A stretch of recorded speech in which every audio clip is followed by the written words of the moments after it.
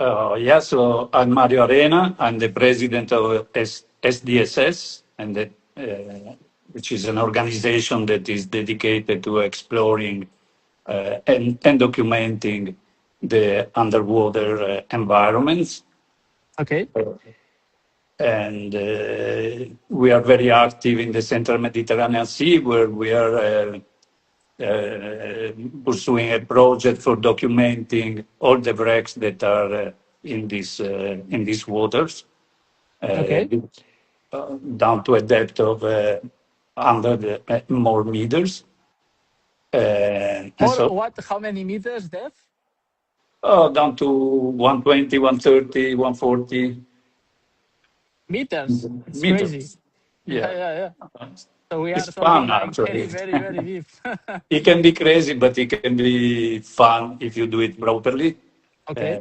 and pretty safe as well. Okay. Okay. So I was wondering because it's very it's strange to go as deeper as you go, guys, because a lot of projects focus on shallow waters, but as you tell us, you are focusing on deep waters, though.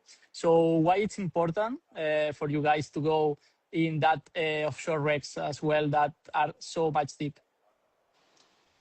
Well, it's important because there are many wrecks, and many of them are at this depth. And these are depths that, with the proper preparation, proper equipment, can be reached then safely. And you can, let's say, dive them safely and be operational as well. So, for many reasons, we like to document them from any point of view. Okay. So, including the sea life that is on them, and and all that the other beautiful things Okay. they contain. And yes, That's super, super, super crazy. Let's have a moment to say hello to Dirk, who hello recently there. joined. Hello. Hello there, nice to meet you. Hi, Um, everyone. well, Mario was telling us his experience as a deep diver and why it's important to do this deep research. I'm very interested, Mario, in the how is the safety, right? Which are the safety protocols to go much deeper, and also for some professional work as you are doing, guys, because also removing nets it's already something dangerous, but doing that in too much depth. How do you feel? How do you do live and organize these kind of expeditions?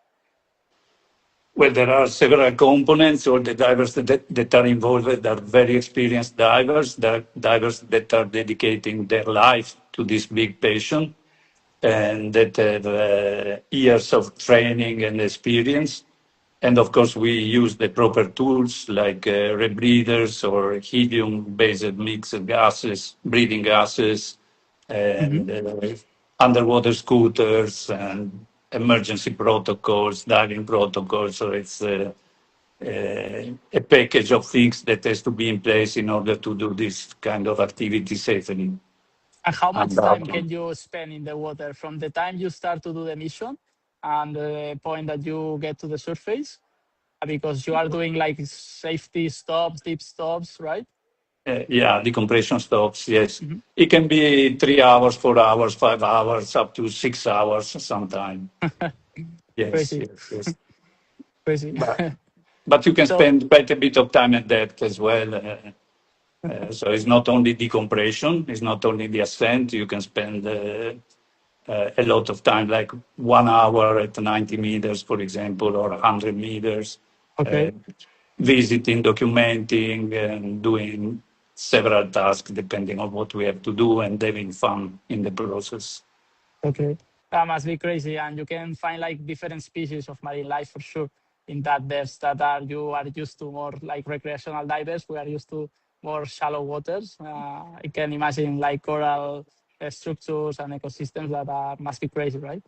Yes, yes. I'm not a biologist, but biologists are very interested in what we do and what we bring up to the surface in terms of documentation.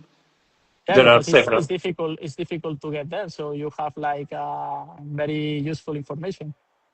Yes, exactly, exactly. And we try to make it available to the scientific community.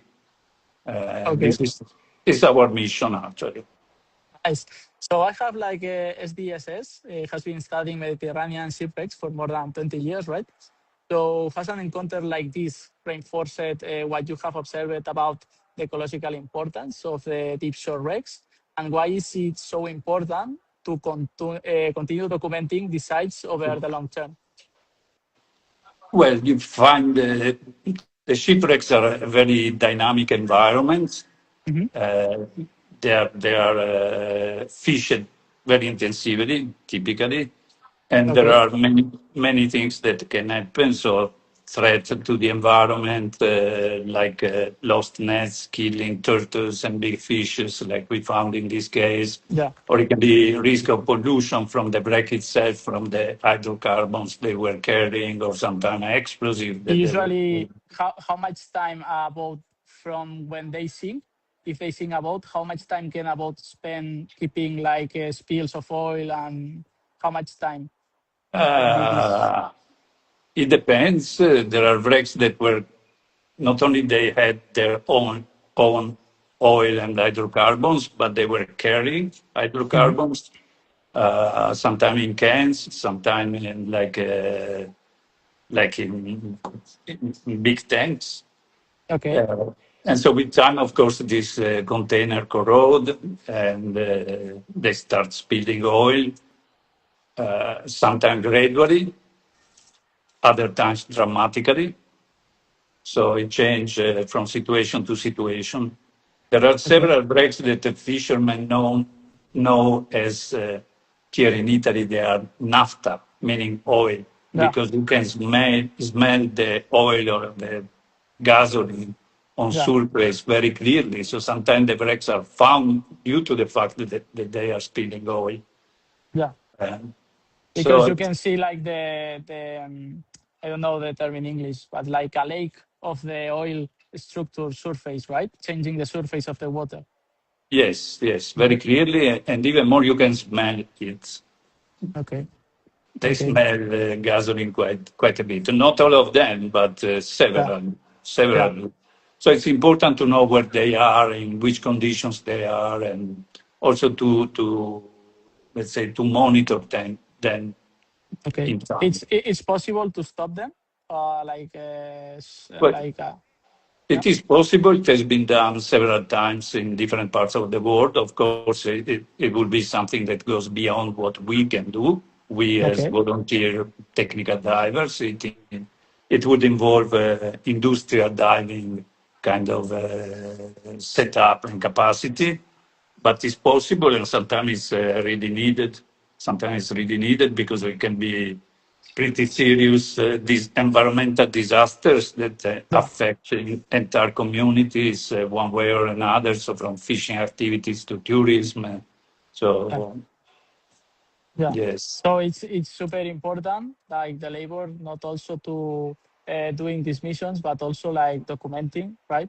Because with the exactly. documentation, you have the possibility to show these images to people, and this Exactly. is what I personally like to most embrace, giving voice to that kind of that projects and this kind of how to say, so natural disasters or artificial disasters that happen, and a lot of people are not aware. So here is our mission: is to do and making profit of that encounter. We have here Dirk. Dirk, you were the diver, right? That find the shark. Um, is that right? I'm not sure. I think he rather found us. Okay.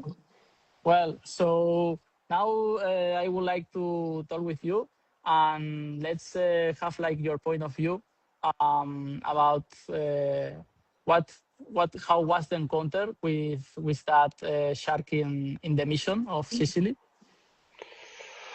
Yes, we were diving there in the central Mediterranean Sea. It was actually the first dive of that campaign, of that project. And we descended there, a team of three, my dear friends Hans and Ben with me.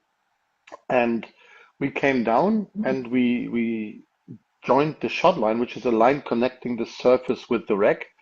Okay. And How while much swim, depth was, yeah, sorry? it was around 40 meters when we suddenly Okay. saw a huge shark passing by. It was really like that, just there. And we were Okay. looking like, what's this? And yes, exactly. There was like, what is this?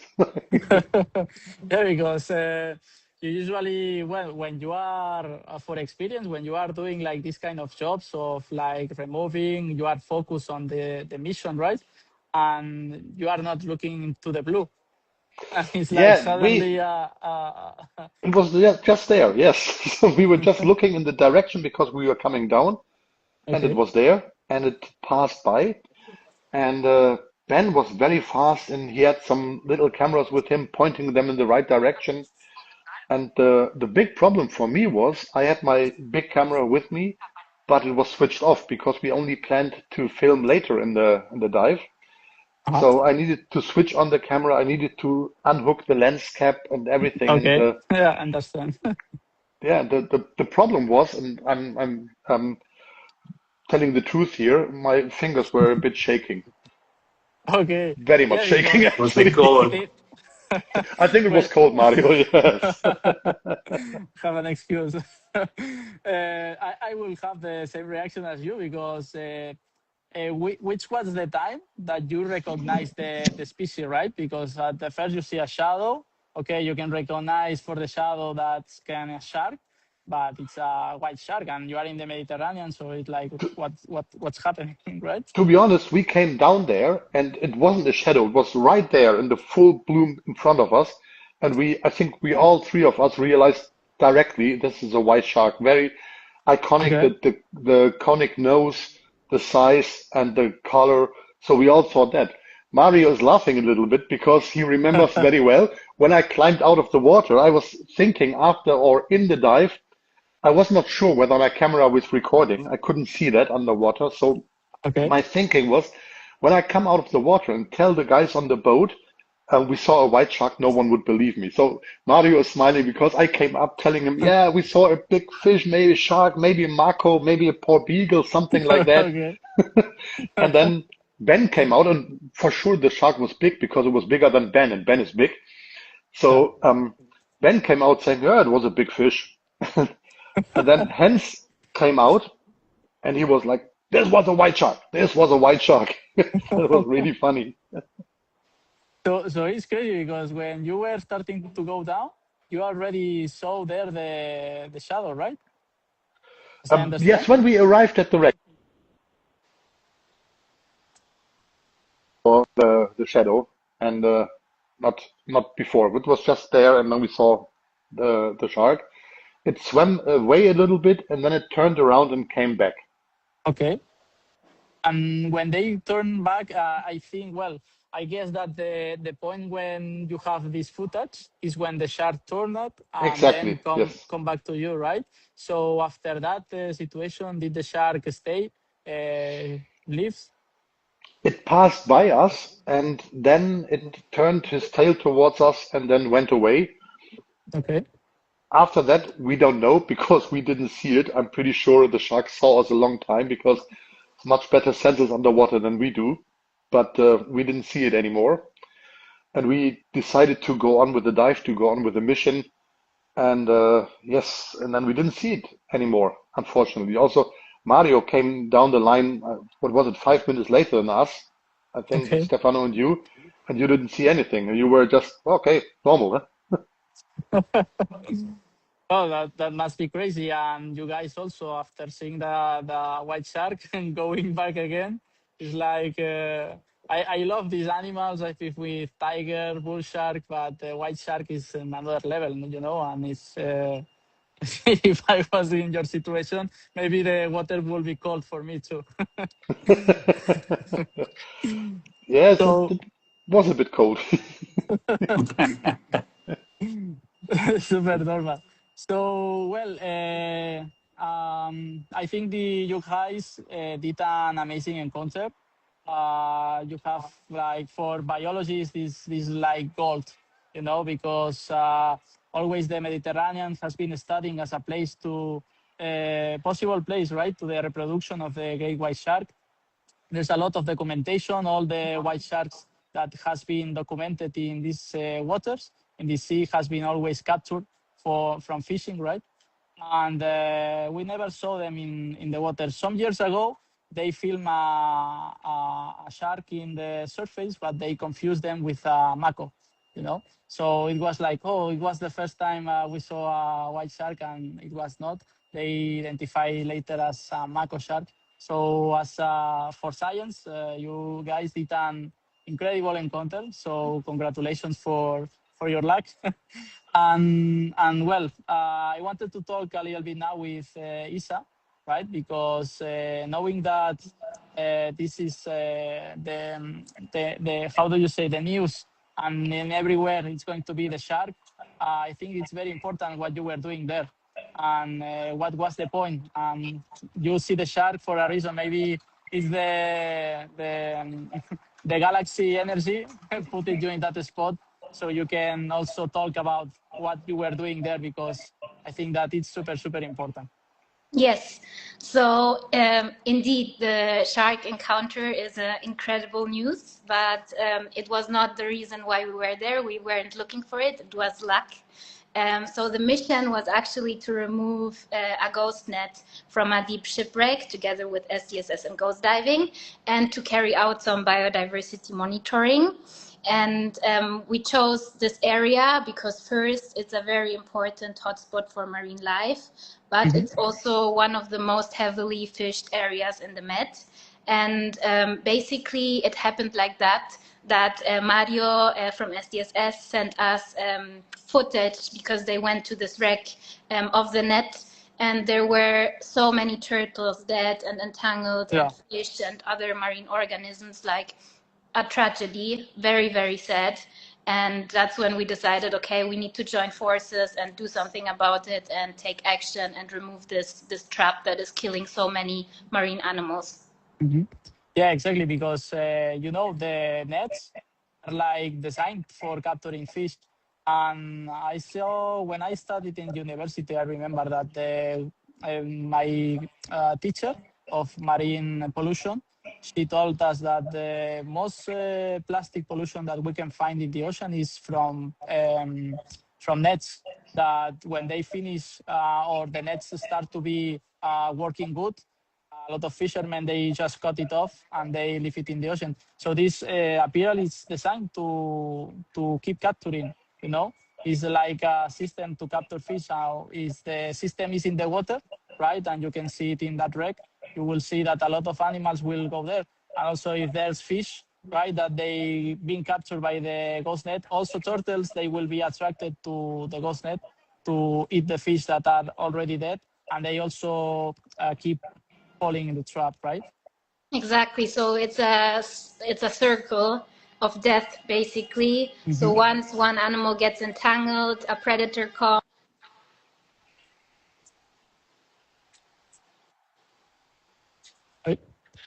You muted, Isa. Yeah, you muted, Isa? Because you mentioned Fisher off, it also... Sorry, Isa, can you repeat that you were muted? Oh, sorry. Yeah, no, I was telling basically what you just said, that this is the circle of death. It's like one animal gets entangled in a net, and then another one gets attracted by it, wants to eat it, gets in the process also entangled. So it continues trapping animals all the time until human action comes in to remove the net. And you were saying like how ghost nets can end up in the ocean, but another way is, as this happened on this wreck, that basically ghost nets or fishing nets get entangled in structures like wrecks, because they are just a structure underwater. And then they are there and continue trapping marine life. And also what's important to mention here is that obviously the wrecks, as Mario already mentioned, are often hotspots for biodiversity, because they create shelter, they create structure where animals, marine organisms can attach on, and this attracts fish, and this attracts predators. So there is like a whole ecosystem, which is something very beautiful around a wreck oftentimes, but then it's also very attractive for fishers to fish there. Makes sense because there's a lot of fish.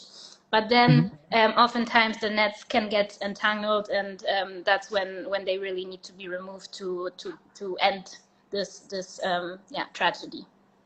Okay. Yeah, because that nets must be from like dragging, right? Dragging systems. Yeah, I'm correct. And this is the good word. The nets that go in the bottom. You mean a trawler. Okay, so the net that was on this wreck was a tuna net. We often find also other kinds of nets in wrecks or other structures, also because they could drift there. So there are different ways that actually ghost nets end up in wrecks. Yeah, but so, also trawlers for sure. Okay. We encounter. Okay, understand. Yeah, and what you say to recap is like also the wreck acts like a reef area for the fish. So you have like the reef area and the net, and they combine like a worst combination possible, because you have fishes that go there to live, but also get trapped, right? It's like you look at two sides of the coin. From one side, there is this sinking of the ship, which as such is a tragedy. I mean, oftentimes people die, but then it becomes a thriving reef with many marine organisms and a living ecosystem. But then nets get entangled, and then this is the other side of the coin, that it can endanger marine life. That's why it's very important to protect wreck ecosystems as well, not only natural reefs, but also artificial reefs. Oh, I think your connection is... I was the one to get lost. Yes. Yeah. Okay. I think that it's we have the point, right? You were doing. I would like to finish this live stream. First of all, thanking you guys. Tell us. Yes, has something to say. Yeah. Yes, thank you. I think we have a question there. The question is: do nets have an ID? Sorry. And can you track who lost them? And is the loser responsible to recover the nets? This is the big problem. Is we are talking international waters there. There are fishermen from all over, and also I want to point out a big amount of illegal fishery. And some countries require the fishermen to have IDs on the nets. This is the case in some countries I know where we work a lot of times. But also there, if the net rips apart, you have one part with an ID, the rest no. So it's very hard to track down. And especially in international waters and with also some part of illegal fishery, this is a huge problem because there's no ID. Okay, so it's difficult to know which are the actors that are doing that, and also it's difficult to establish like regulation, right, for these kind of factors. It must be done internationally. This is would be very important. Okay, so a lot of politics there. Okay, I don't know if someone has another questions. You have here very expert committee of people. So if you want to make your question, we are super happy to answer them. And if not, thanks a lot for the time, guys. I think you are doing a very important mission. Do you have a future mission plan? Did this mission end also? Did you find the objective? So yes, this mission is over, but there is still a lot to do in the area for sure. There are still wrecks with nets in the area, so for sure we will come back to continue saving that part of the sea, of the Mediterranean Sea, and together with SDSS and Ghost Diving, I think we will do a good job. We do what we can. Okay, that's nice. That's amazing. Thank you a lot, guys. Thank you a lot for your efforts. You are doing very good for the environment. keep fighting, keep having cold. I hope you can have cold more times. This is crazy experience. So thanks a lot for your time, and hope your future mission also goes as much successful as this one. Thank you so much. Thank you. Thank you. Thank you, Thank you. guys. Take care. Bye. Bye bye. Bye.